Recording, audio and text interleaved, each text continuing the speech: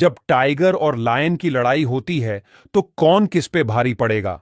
क्या यह लड़ाई जंगल का राजा कहलाने वाला लायन जीतेगा या तेजी से हमला करने वाला टाइगर जीतेगा? टाइगर के पास ऐसी कौन सी ताकत है जिससे वह लायन पर भारी पड़ सकता है? सबसे पहले बात करते हैं लायन की।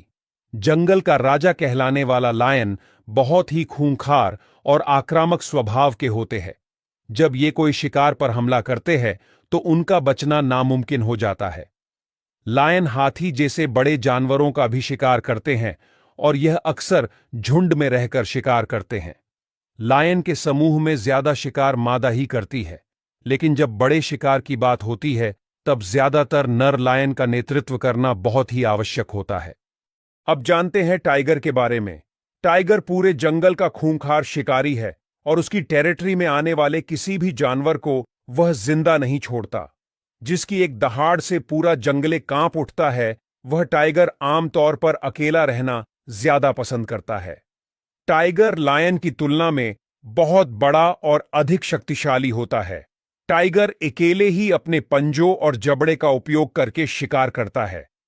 अगर टाइगर और लायन की तुलना की जाए तो टाइगर का वजन 300 किलोग्राम तक होता है और लंबाई 9 से 10 फीट तक होती है, जबकि लायन का वजन उसके मुकाबले थोड़ा कम यानी 180 से 250 किलोग्राम होता है और लंबाई 8 से 9 फीट तक होती है। दूसरी ओर टाइगर की स्पीड 50 से 65 किलोमीटर प्रति घंटा है, जबकि लायन की स्पीड उससे अधिक 60 से 80 किलोमीटर प्रति घंटा होती है। टाइगर जंगल में 12 से 15 साल तक जीवित रह सकते हैं, जबकि लायन आमतौर पर 10 से 12 साल ही जीवित रहते हैं। टाइगर बहुत आक्रामक और चालाक होते हैं, जबकि लायन धैर्यवान और साहसी प्राणी है। अब जानते हैं कि टाइगर और लायन की लड़ाई कब और किस कारण के चलते हो सकती है। टाइगर और लायन की लड़ाई आमतौर पर तो संभव नहीं है, लेकिन दो प्रमुख कारण से दोनों के बीच लड़ाई हो सकती है। पहला कारण, अगर लायन या टाइगर भूल से भी एक दूसरे के इलाके में घुस जाते हैं और एक दूसरे से सामना हो जाता है तो ये लड़ाई संभव है। दोनों के बीच की यह लड़ाई बहुत ही खूंखार होती है और शायद एक दूसरे की मौत तक चलती रहती है। दूसरा कारण, अगर कभी इन दोनों ने कोई शिकार को एक साथ ही देख लिया हो, तब दोनों के बीच शिकार को लेकर खूंखार लड़ाई हो सकती है। यह लड़ाई शायद भूख के लिए होती है, इसलिए यह सबसे खूंखार लड़ाई होगी। इसके अलावा एक और कारण है कि कभी-कभी सिर्फ मनोरंजन के लिए टाइगर और लायन की लड़ाई भी करवाई जाती है। अब जानते हैं कि दोनों की अगर लड़ाई होती है तो कौन जीतेगा। दरअसल आमतौर पर कहना मुश्किल है, क्योंकि यह लड़ाई का नतीजा परिस्थिति, जगह और दोनों जानवरों की मानसिक और शारीरिक स्थिति पर निर्भर करेगा।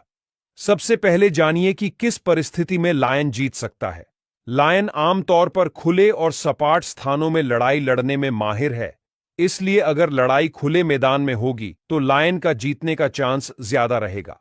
दूसरी ओर लायन धैर्यवान, रणनीतिक और साहसी होता है, इसलिए अगर टाइगर ज्यादा आक्रामक होकर तुरंत हमला करके अपनी ताकत खो बैठता है, तब उसके थकने से लायन अपना पलटवार पूरी ताकत से करके टाइगर को मात दे सकता है। और अगर लायन ज्यादा अनुभवी हो और शायद टाइगर युवा और कम अनुभवी हो, तब लायन के जीतने का चांस सबसे ज्यादा होता है।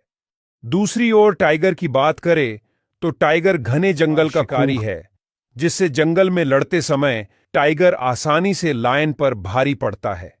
टाइगर अकेले ही रहता है, जिससे लायन से अकेले लड़ते समय टाइगर के ज्यादा ज्यादा शिकारी रणनीतियां अपनाने का अधिक अनुभव होता है, जिसकी वजह से लड़ाई के दौरान टाइगर बुद्धिमानी से अपनी रणनीति बदल सकता है, जबकि शेर झुंड में रहकर लड़ने का ज्यादा आदी होता है। टाइगर के पास लायन से दुगनी ताकत से काटने की क्षमता होती है, जिससे लड़ाई में टाइगर की जीत का चांस 10% ज्यादा बढ़ जाता है। दुनिया के ऐसे बेवकूफ प्राणी जो खुद ही अपनी मौत का कारण बनते हैं, और सबसे खास बात यह है कि उन्हें अपनी मौत के बारे में पता होता है, फिर भी वे इसे रोक नहीं सकते। नंबर 1, लेमिंग। छोटे चूहे जैसे दिखने वाले लेमिंग की आबादी बहुत बढ़ जाती है तो वे पहाड़ों से नीचे छलांग लगा देते हैं, मानो कि वो सामूहिक आत्महत्या कर रहे हों। लेकिन असल में कुछ ऐसा होता है कि जब किसी क्षेत्र में लेमिंग की आबादी बहुत अधिक बढ़ जाती है तो उनके लिए भोजन और जगह की कमी हो जाती है। इस स्थिति में वे नए इलाकों की ओर प्रवास करने लगते हैं। इस प्रवास के दौरान हजारों लेमिंग एक साथ एक ही दिशा में चल पड़ते हैं और कभी-कभी ये बिना सोचे समझे किसी पहाड़ या नदी की तरफ चलते रहते हैं और उसमें गिर जाते हैं। लेकिन लेमिंग आत्महत्या नहीं करते, बल्कि यह भेड़चाल की तरह गलती से मरते हैं। जब एक लेमिंग गिरता है तो उसके पीछे पूरा समूह गिरकर अपनी जान गंवाता है। नंबर 2, बाबिरूसा। बाबिरूसा इंडोनेशिया का जंगली सूअर है, जिसके दांत इतने अजीब ढंग से मुड़े हुए होते हैं कि वे खुद उसी के लिए खतरा बन जाते हैं। बाबिरूसा के बाहरी के दांत ऊपर की ओर बढ़ते हुए पीछे की तरफ मुड़ते जाते हैं। अगर ये दांत बहुत लंबे हो जाएं और घिसे नहीं, तो वे घूमकर इसी की खोपड़ी या चेहरे में घुस सकते हैं। अपने ही दांतों से चोटिल होकर जान गंवाने वाला यह शायद इकलौता जानवर है। नंबर 3, कछुआ। धीमी चाल वाला कछुआ अपने मजबूत कवच के लिए जाना जाता है, जो मुश्किल वक्त में उसकी ढाल बन जाता है। लेकिन यदि यही भारी भरकम कवच उलट जाए तो वह कछुए के लिए घातक बन सकता है। कभी-कभी कछुआ किसी वजह से पीठ के बल उलट जाता है और खुद को सीधा नहीं कर पाता। ऐसी उल्टी हालत में उसके अंगों पर दबाव बढ़ जाता है, सांस लेना कठिन हो जाता है और वह शिकारी के लिए भी आसान शिकार बन सकता है। अगर समय पर वह सीधा न हो पाए तो भूख प्यास या गर्मी से भी उसकी मृत्यु हो सकती है। लेकिन 80% कछुए अपने आप ही सीधे हो जाते हैं, लेकिन कुछ प्रजाति अपने शरीर के चलते सीधी नहीं हो पाती। Number 4, sloth. दुनिया का सबसे आलसी जीव स्लोथ पेड़ों पर उलटा लटक कर जिंदगी बिताता है। यह इतना धीरे धीरे चलता है कि इसकी यही सुस्ती कभी कभी जानलेवा साबित होती है। स्लोथ दिन भर पेड़ों पर टंगा रहता है और मंद गति से हिलता डुलता है। अगर कोई हर्पी, ईगल या जगुआर जैसे तेज शिकारी उस पर हमला करता है, तब वह अपनी धीमी गति और आलस के चलते वह ठीक से भागने तक का कष्ट नहीं करता और अपनी मौत को न्योता दे बैठता है। नंबर 5, नर रेंडियर।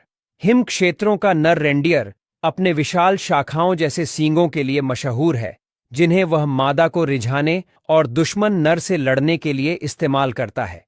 लेकिन कभी-कभी यही शानदार सींग उसके लिए मौत का कारण बन जाते हैं।